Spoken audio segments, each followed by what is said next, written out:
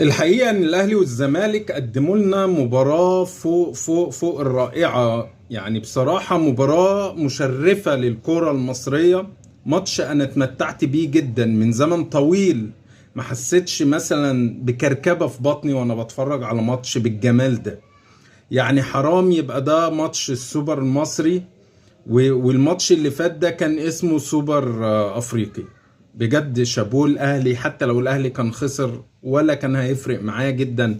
كفاية ان انا استمتعت بمشاهدة المباراة، واستمتعت بالكورة والفكر اللي موجود في المباراة. بجد لعيبة الزمالك لعيبة تقيلة قوي قوي قوي قوي.